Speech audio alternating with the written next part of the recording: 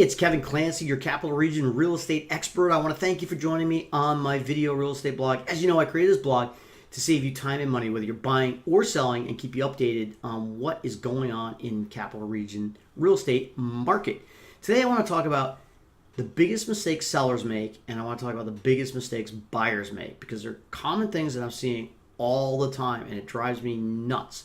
And the first thing both buyers and sellers get involved with, and the biggest mistake they make, among many, but these are some that come to mind, is they let their egos get involved. I see buyers and sellers all the time make negotiations about winning, and they lose sight that the purpose of the negotiation is to get them to their goal. Either they want to get out of the house or they want to get into the house.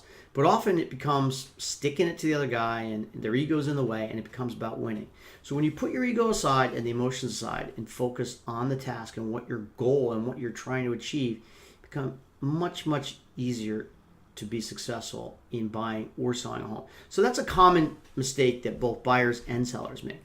On the sell side, one mistake I see all the time is sellers not willing to invest just a little bit of time and money in prepping their home. You know, I'm working with a client right now, and she's a super client, just went into assisted living, is taking our advice. We just had her invest 3 days with a contractor, $3,700, and it probably added $10,000 to the home, and it's going to allow us to sell it much quicker and will reduce her carrying costs. Many sellers just don't want to put the time and money into prepping a home. We will certainly help you with that. We have home stagers. We have all our vendors that can help you with that avenue.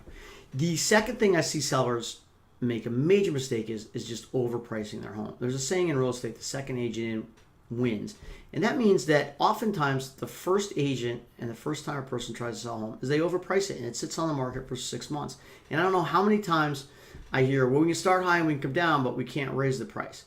That is a losing strategy. Price the home right, and you will ultimately net more than overpricing it and letting it sit on the market through a series of price reductions. And I see homes on the market for 6 months, a year, 18 months, and they ultimately end up selling under market value because they get a stigma for being on the market so long.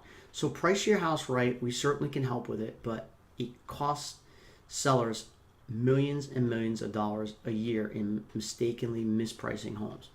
On the buy side, I see the same mistakes often on buyers. One is buyers have a huge reluctance to, one, get in a bidding war. If they find out there are other people interested in the home, they shut down and they don't want to bid. I don't understand that philosophy. But if you want to win, you got to be in it. You got to put a bid in. And if there are other people interested in the home, it tells me generally that it's a great home in a great location at a right price. And ultimately, to go buy a home that no one else is interested in is probably a mistake, because it's probably overpriced. There's something wrong with the home. So not wanting to get in the bidding war. You know, and also along that line is not wanting to pay over list price. Listen, if you're going to be in a home for the long term, the ultimate acquisition price, if you're over by a few $1,000s, is inconsequential in the long run. And I'll tell you from my own personal experience, I bought my home in 2001. I paid $2,500 over the list price. Everyone thought I was crazy. I knew it was a great house. I knew it was a great area. I knew it was going to be a great place to raise our kids. I've been in that house 16 years. It has appreciated over 6 figures in those 16 years. Does the $2,500 at this point even matter that I overpaid it over list price? It doesn't. The list price is just a number picked by the realtor and the seller, and it may be off $5, $10, $15, $20,000. You don't know.